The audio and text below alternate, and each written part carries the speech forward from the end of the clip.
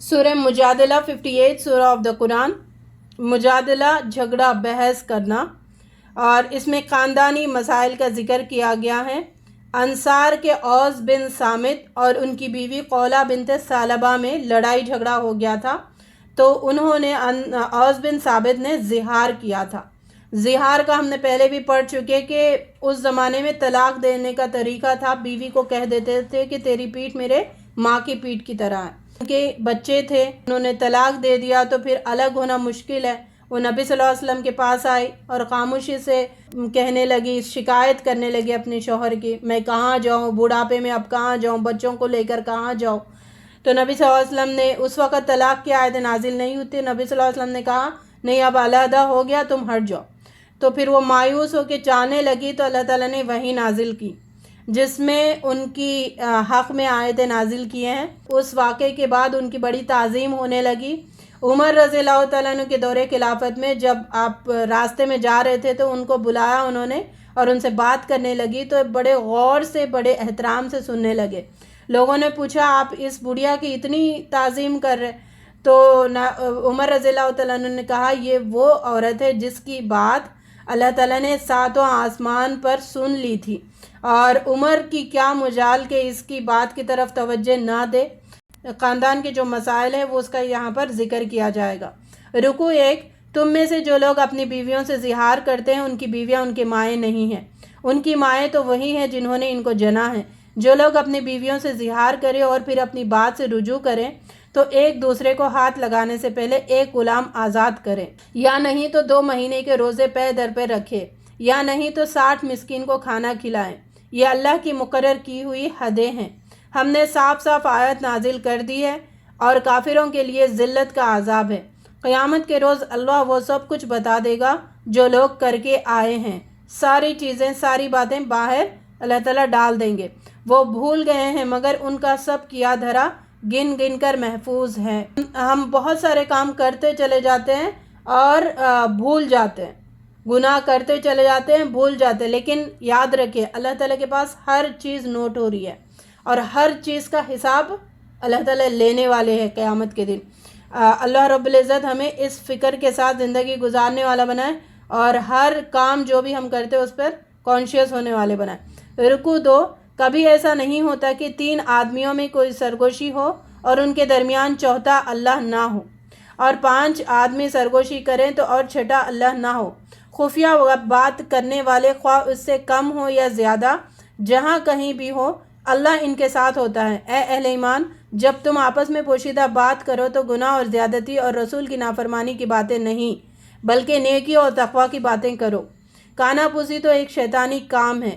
اے اہل ایمان، اپنی مجلسوں میں کشادگی پیدا کرو، اور جب تم سے کہا جائے کہ اٹھ جاؤ تو اٹھ جایا کرو. نماز قائم کرتے رہو، زکوٰۃ دیتے رہو، اور اللہ اس کے رسول کی اطاعت کرتے رہو. سرگوشی کی 3 صورتیں ہیں اور ان کے احکام یعنی سرگوشی، کانا پوسی، خسپس، یہ سب ایک ہی چیز کے نام ہیں. پہلا کیا ہے؟ سرگوشی بدنیتی، برے ارادے یا کسی ناپاک سازش پر ہو تو یہ حرام ہے. دوسرا بھلائی اور نیکی پر محمول ہو، جیسے 2 لڑنے والوں کے درمیان سمجھوتا کے لیے سرگوشی کی جائے تو یہ جائز بھی ہے اور مستحسن بھی ہے، یعنی احسان درجے کی سرگوشی ہے، یہ کرنا چاہیے. کسی کو بھلائی پہنچانا، کسی کو سمجھوتا کروانا. تو بعض اوقات یہ تو واجب بھی ہو جاتی ہے. تیسری سرگوشی ایسی سرگوشی جس کا تعلق صرف دوسرے سرگوشی کرنے والوں سے ہی ہو، یعنی آپس میں جیسے دونوں کوئی بات کر رہے، ان دونوں اپنی ہی بارے میں بات کر رہے تو یہ جائز ہے. نبی صلی اللہ علیہ وسلم نے فرمایا اگر کہیں 3 آدمی ہوں تو تیسرے کو چھوڑ کر 2 آپس میں سرگوشی نہ کرے، اس سے اس کو رنج ہوگا. 3 بیٹھے ہوئے ہیں تو 2 سرگوشی کر رہے، نہیں کرنا چاہیے. اگر البتہ اور بھی آدمی موجود ہو تو کوئی مذائقہ نہیں ہے. 10 لوگ ہیں تو پھر وہاں پر کوئی سرگوشی کیا جا رہا ہے، کوئی آپس میں دونوں بات کر رہے تو اس میں کوئی مذائقہ نہیں ہے، کر سکتے ہیں. لیکن اس دوران کسی کی طرف اشارہ اور ہاتھ سے اشارہ کرنا، کسی کی طرف دیکھ دیکھ کے بات کرنا، اس چیز سے منع کیا گیا. پھر اس میں یہاں پر آداب مجلس کا بھی ذکر ہے. جب مجلس میں جاؤ تو مجلس والوں کو آنے والا سلام کرنا ہے، ایٹیکیٹس آف دا مجلس. اور جہاں جگہ ملے وہاں پر بیٹھ جانا ہے، دوسروں کو تنگ نہیں کرنا ہے۔ تیسرا، لوگ زیادہ ہو تو سکڑ کر بیٹھنا اور سمیٹ کر بیٹھنا چاہیے، کسی کو اٹھا کر خود بیٹھنا جائز نہیں ہے، جیسے کوئی بڑے آگے اور اپنے آپ کو بڑا بتانے کے لیے اٹھو پھر وہاں پہ بیٹھا جاتا ہے، یہ نہیں کرنا ہے۔ کوئی جگہ دے تو اس میں کوئی حرج نہیں ہے، اور کسی ضرورت سے باہر اگر گئے تو اس کی جگہ پر قبضہ نہیں کرنا ہے۔ امیر مجلس جو کہے اسے مان لینا چاہیے۔ کھانے کی دعوت اگر ہو تو کھانے کے ایگزیکٹ ٹائم پہ جانا ہے اور فوراً کھانا کھا کے نکل جانا ہے، یہ آداب یہاں پر بتائے گئے۔ رکوع 3، مسلمانوں میں کچھ لوگوں نے ان لوگوں کو دوست بنایا ہے جو اللہ کی مغضوب ہے، یعنی یہود، جو جھوٹی بات پر قسمیں کھاتے ہیں اور قسموں کو ڈھال بنا کر اللہ کی راہ سے لوگوں کو روکتے ہیں۔ قیامت میں جب انہیں اٹھایا جائے گا تو اللہ کے سامنے بھی قسمیں کھائیں گے جس طرح تمہارے سامنے کھاتے تھے۔ یہ شیطانی جماعت کے لوگ ہیں، شیطان کی جماعت ہی خسارے میں رہنے والی ہے۔ جو لوگ اللہ اور اس کے رسول کا مقابلہ کرتے ہیں دراصل وہ ذلیل ترین مخلوق ہے۔ اللہ اور رسول کا مقابلہ یعنی بات نہیں ماننا اور دیکھیں گے کیا ہوتا ہے ایسا جذبہ رکھنا، یہ بدترین مخلوق ہے۔ اللہ اور آخرت پر ایمان رکھنے والے ان لوگوں سے محبت نہیں کرتے جو اللہ اور اس کے رسول کی مخالفت کرتے ہیں۔ تو ایمان والوں کو چڑ پیدا ہو جاتی ہے برائی سے اور برے لوگوں سے، اور برائی جو روکتے نہیں ہیں ان سے چڑ پیدا ہو جاتی ہے، خواہ وہ ان کے باپ ہو یا ان کے بیٹے ہو یا ان کے بھائی یا ان کے اہل خاندان۔ یہ اللہ کی جماعت کے لوگ ہیں، اللہ کی جماعت کے لوگ ہی فلاح پانے والے ہیں۔ تو دو گروپس کا یہاں پہ ذکر کیا، حزب اللہ، حزب الشیطان۔ تو اب موت سے پہلے خود ڈیسائیڈ کر لیں کہ مجھے کس گروپ میں شامل ہونا ہے، حزب اللہ میں شامل ہونا ہے یا حزب الشیطان میں۔ حزب الشیطان سیدھے جہنم میں، اس میں دو لوگ ہیں، ایک تو کافر اور دوسرے منافق۔ حزب اللہ میں ایک ہی قسم کے لوگ ہیں جو اللہ کی ہو بہو ہر زندگی کے لمحے میں مانتے ہیں رب کی بات، یہی لوگ کامیاب ہونے والے، اس کے علاوہ کوئی کامیاب نہیں ہونے والی ہے۔ جیسے پارٹیز رکھے جاتے ہیں دنیا میں، جو پارٹیز ہوتی ہے وہ پارٹیز کون جیتتا بعد میں پتہ چلتا ہے، ووٹنگ کے بعد پتہ چلتا ہے کہ کون سی پارٹی جیتنے والی ہے، لیکن اللہ نے کون سی پارٹی جیتے گی قیامت کے دن اس کا یہاں پہ پہلے ہی ذکر کر دیا ہے، وہ حزب اللہ، اللہ کے گروپ والے، اللہ کے پارٹی والے۔ اللہ تعالیٰ ہمیں حزب اللہ میں شامل فرمائے۔ آگے تلاوت۔ سورۃ الحشر 59 سورہ آف دا قرآن، یہ بھی مسبحات میں سے ہے اور تسبیح سے شروع ہونے والی یہ صورت ہے۔ 24 آیات ہے اور 3 رکوع اس میں ہے۔ 4 ہجری میں یہ صورت نازل ہوئی ہے۔ پہلا رکوع، اللہ نے یہودیوں کو ان کے گھروں سے نکال باہر کیا اور ان کے حق میں جلا وطنی لکھ دی۔ یہودیوں کے جو 3 قبائل تھے مدینے میں، بنو قینقاع، بنو قریظہ، بنو نذیر، ان سب کو وہاں سے جلا وطن کر دیا گیا، مدینے سے نکلوا دیا گیا، اس کا یہاں پر ذکر کیا جا رہا ہے۔ اور ان کے حق میں جلا وطنی لکھ دی، یہ اس لیے ہوا کہ انہوں نے اللہ اور اس کے رسول کے مقابلہ کیا۔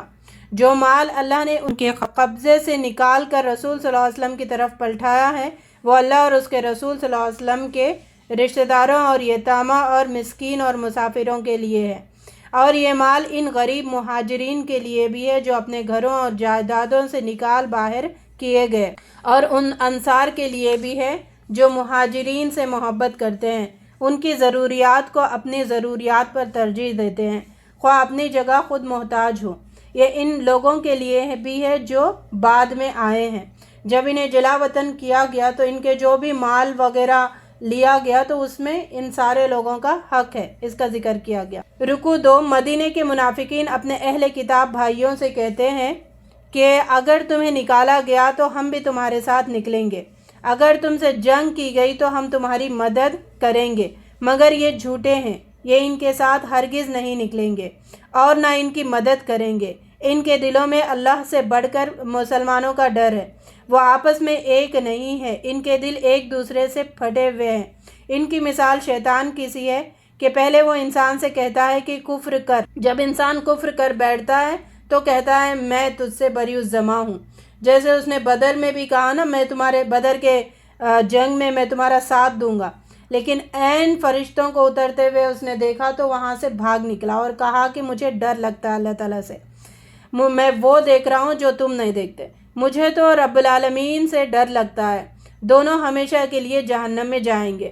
شیطان ہر طریقے سے بہکاتا ہے، اگر بندہ بہک جائے تو پھر اس کو چھوڑ دیتا ہے اور کوئی نیا شکار ڈھونڈنے لگتا ہے، یعنی اعمال غارت کرنے والے کاموں میں مبتلا کرتا ہے، پھر مطمئن اور بے نیاز ہو کر بیٹھ جاتا ہے۔ اذ قال الانسان الکفر، شیطان کہتا ہے انسان کے لیے کفر کر، فلما کفر قال انی بریء منک، جب کفر کر دیتا ہے تو پھر وہ کہتا ہے میں تجھ سے بری الذمہ ہوں۔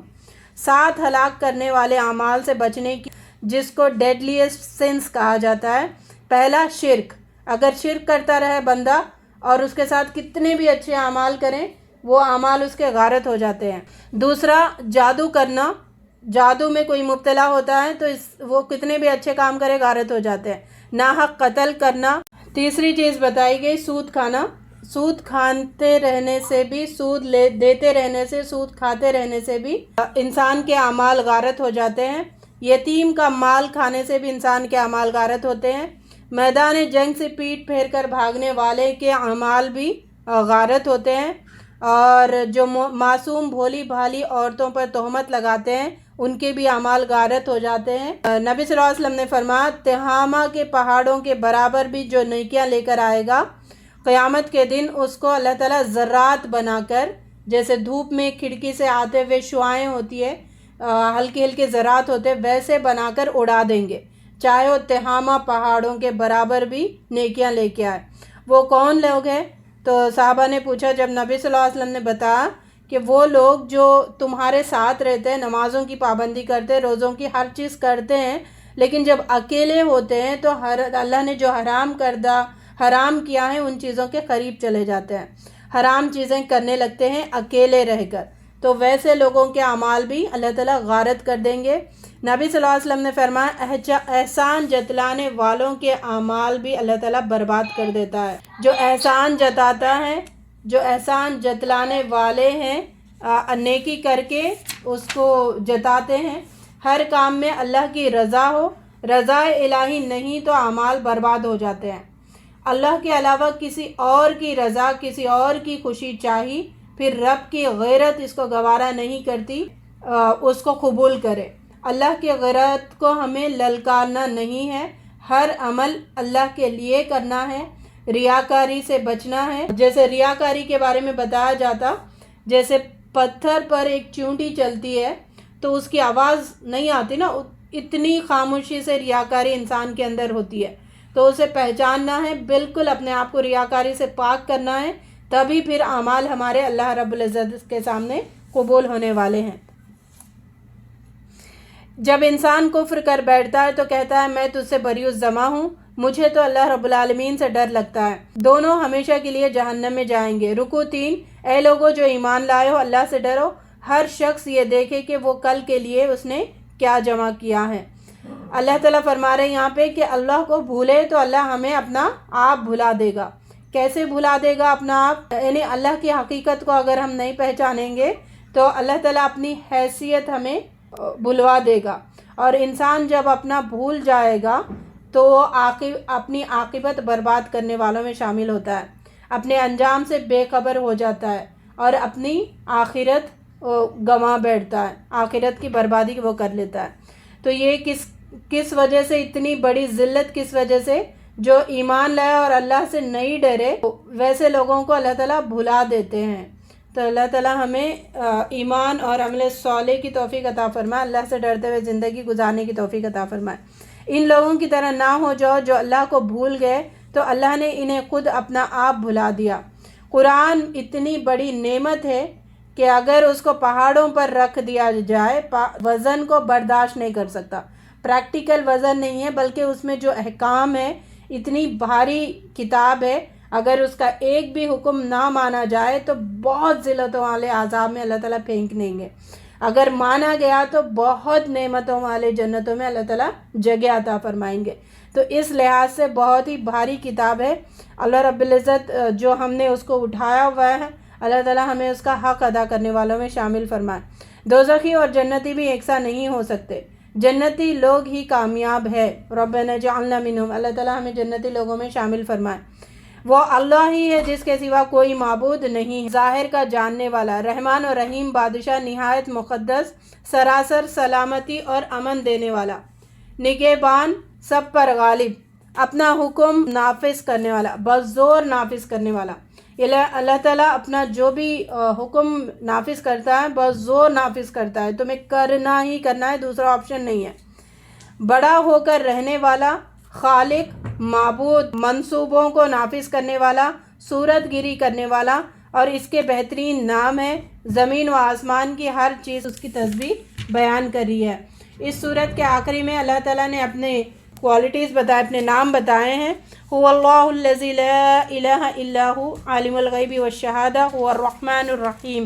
هو اللہ الذی لا الہ الا هو الملک القدوس السلام المؤمن المہیمن العزیز الجبار المتکبر سبحان اللہ عما یشرکون۔ هو اللہ الخالق البارئ المصور له الاسماء الحسنى یسبح له ما فی السماوات والارض وهو العزیز الحکیم۔ 68 سورہ آف دا قرآن، سورہ ممتحنہ، 13 آیات ہے اور اس میں 2 رکوع ہے۔ امتحان لینے والا۔ رکوع 1، اے اہل ایمان، تم میرے اور اپنے دشمنوں کو دوست نہ بناؤ۔ یہ صلح حدیبیہ اور فتح مکہ کے درمیان نازل ہوئی تھی۔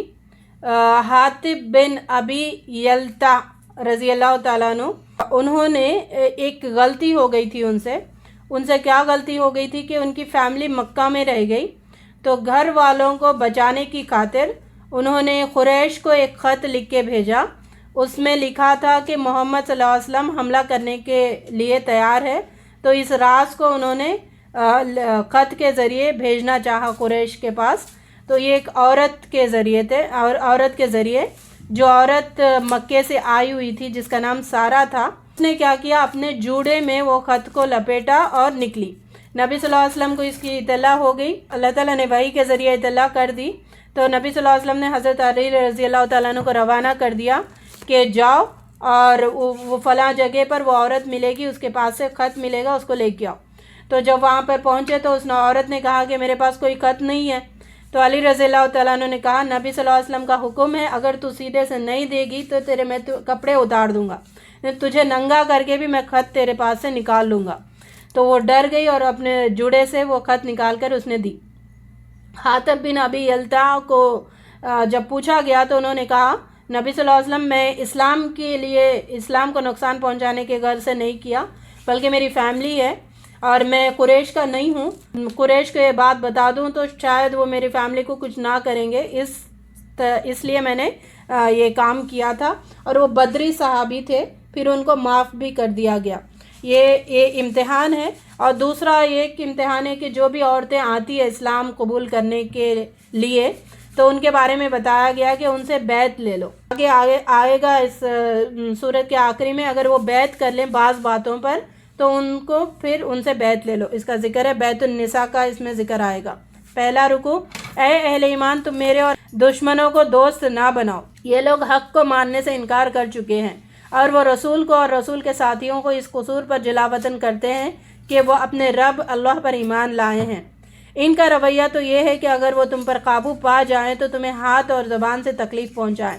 تمہارے لیے ابراہیم علیہ السلام اور اس کے ساتھیوں میں ایک اچھا نمونہ ہے۔ جہاں پر ایک سوئی کا ذکر آتا ہے، اللہ تعالیٰ فوراً ابراہیم علیہ السلام کا ذکر کر دیتے ہیں قرآن میں۔ قد کانت لکم اسوۃ حسنہ فی ابراہیم، ابراہیم علیہ السلام کی زندگی میں ایک بہت بہترین نمونہ ہے ہمارے لیے، ایک سوئی کا، اخلاص کا۔ اللہ تعالیٰ ہمیں ابراہیم علیہ السلام جیسا اخلاص نصیب فرمائے۔ ابراہیم علیہ السلام اس کے ساتھیوں میں سے ایک اچھا نمونہ ہے۔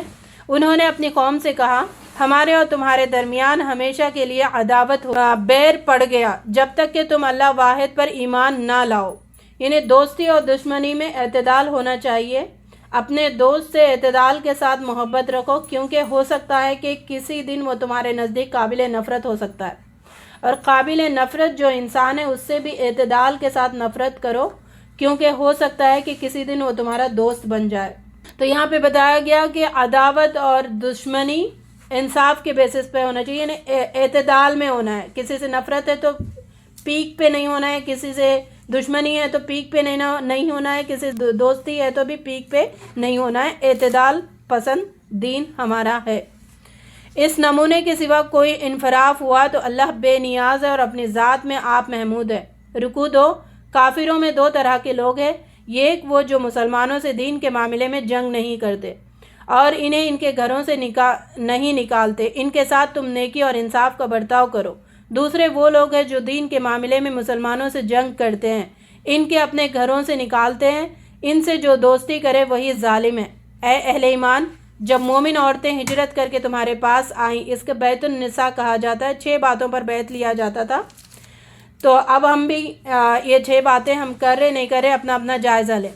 تو ان کے مومن ہونے کی جانچ پڑتال کر لو، پھر جب معلوم ہو جائے کہ وہ مومن ہے تو انہیں کفار کی طرف واپس نہ کرو۔ اے نبی صلی اللہ علیہ وسلم، جب مومن عورتیں اس بات پر عہد کریں کہ وہ شرک نہیں کریں گی، چوری نہیں کریں گی، زنا نہیں کریں گی، اپنی اولاد کو قتل نہیں کریں گی، کوئی بہتان گھڑ کر نہ لائیں گی اور معروف میں تمہاری نافرمانی نہ کریں گی، تو اس سے بیعت لے لو اور ان کے حق میں دعائیں مغفرت کرو۔ سورۃ صف 61 سورہ آف دا قرآن، 14 آیات ہے اور 2 رکوع ہیں۔ پہلا رکوع، اے لوگو جو ایمان لائے ہو، تم وہ بات کیوں کہتے ہو جو تم کرتے نہیں ہو؟ یا ایھا الذین آمنوا لم تقولون ما لا تفعلون۔ مومن کے قول اور فعل میں تضاد نہیں ہونا، اپوزٹ نہیں ہونا، جو بات ہوتی ہے وہی کام بھی ہونا چاہیے۔ اللہ کے نزدیک یہ سخت ناپسندیدہ حرکت ہے کہ تم کہو وہ بات جو کرتے نہیں ہو، اور اللہ تعالیٰ ایسے لوگوں کے اعمال بھی قبول نہیں کرے گا جو قول کے مطابق نہ ہو۔ میں نے دونوں اکٹھا ہونا ہی مخلصی کی علامت ہے۔ موسیٰ علیہ السلام کی قوم نے اس کو اذیت دی اور ٹیڑھ اختیار کی تو اللہ نے ان کے دل ٹیڑھے کر دیے۔ عیسیٰ ابن مریم نے بشارت دی کہ میرے بعد ایک رسول آئے گا جس کا نام احمد ہوگا، لیکن جب ان کے پاس کھلی کھلی نشانیاں لے کر آیا تو انہوں نے کہا کہ یہ تو سری دھوکہ ہے۔ یہ لوگ اپنی منہ کے پھونکوں سے اللہ کے نور کو بجھانا چاہتے ہیں۔ اللہ کا فیصلہ تو یہ ہے کہ وہ اپنے نور کو پھیلا کر رہے گا۔ یہاں پر دیکھیں، کتنا بھی لوگوں کو ناگوار ہونا تو ہم رکنا نہیں چاہیے۔ اللہ تعالیٰ کی یہاں پہ مثال کہ اللہ تعالیٰ کیا ہے کہ تم کتنا بھی ناگوار رہو تو یہ اپنا نور تو پھیلا کر رہے گا، اپنے نور کو نافذ کر کے رہے گا۔ تو ہمیں بھی پھیلاتے ہی رہنا ہے۔ یہ دین تمام ادیان پر غالب ہونے کے لیے آیا ہے اور زندگی گزارنے کا طریقہ بتانے کے لیے آیا ہے۔ لوگ برا مانیں گے، لوگوں کو پسند نہیں آئے گی، یہ چیزوں سے ہمیں خالی ہو کر دین کی دعوت دینا ہے۔ تو یہاں پہ اللہ تعالیٰ بھی یہ بول رہے کہ تم کتنے بھی ناگوار ہو، میں تو اپنا جو نور ہے اس کو نافذ کر کے رہوں گا۔ یہ اچھا، یہاں پہ منہوں سے بجھانا مطلب لوگ صرف باتیں کر کر کے بجھانے کی کوشش کریں گے، لوگ تانے دے دے کر، مذاق کر کر کے، بدنام کر کر کے، بدنامی کا ڈر دلوا کے بس منہ سے ہی کریں گے۔ ہمیں وہ منہوں سے جو لوگ کرتے ہیں اس سے ڈرنا نہیں چاہیے۔ اللہ کے فیصلہ تو یہ ہے کہ وہ اپنے نور کو پورا پھیلا کر رہے گا، تو ہمارا بھی یہی عزم ہونا چاہیے، ہم اللہ کے نور کو پھیلا کر رہیں گے اپنے زندگی میں، تاکہ فلسرات پر ہمیں نور کوسوں دور تک ملے۔ وہی تو ہے جس نے اپنے رسول کو ہدایت اور دین حق کے ساتھ بھیجا تاکہ اسے پورے کے پورے دین پر غالب کر دے، مشرکوں کو خواہ کتنا ہی ناگوار کیوں نہ ہو۔ رکوع 2، اے لوگو جو ایمان لائے ہو، میں بتاؤں تم کو وہ تجارت جو تمہیں عذاب علیم سے بچا دے۔ بیسٹ بزنس یہاں پر بتایا جا رہا ہے۔ کیا ہے؟ ایمان لاؤ، اللہ اور اس کے رسول پر جہاد کرو، اللہ کی راہ میں اپنے مالوں اور اپنی جانوں سے۔ پیچھے بھی بتایا گیا نا، بیچ دینا چاہیے اپنے جان اور مال۔ اللہ تعالیٰ نے اپنے نفسوں کو گروی رکھا ہے اپنے جانوں اور مالوں کے بدلے، ٹھیک ہے؟ ہم اگر جان اور مال کو اللہ کے راستے میں لگا دیں گے تو اللہ تعالیٰ ہمیں جنت عطا فرمائے گا، ٹھیک ہے؟ یہ گروی ہے ہم اپنے جانوں اور مالوں کے تحت۔ یہی تمہارے لیے بہتر ہے اگر تم جانو، اللہ تمہارے گناہ معاف فرما دے گا اور جنتوں میں داخل کرے گا، یہی ہے بڑی کامیابی۔ اس کے علاوہ نصرت اور فتح عطا کرے گا۔ اے اہل ایمان، اللہ کے مددگار بنو، جس طرح تم سے پہلے عیسیٰ کے حواریوں نے کہا تھا، ہم ہیں اللہ کے مددگار، اور وہی غالب ہو کر رہے۔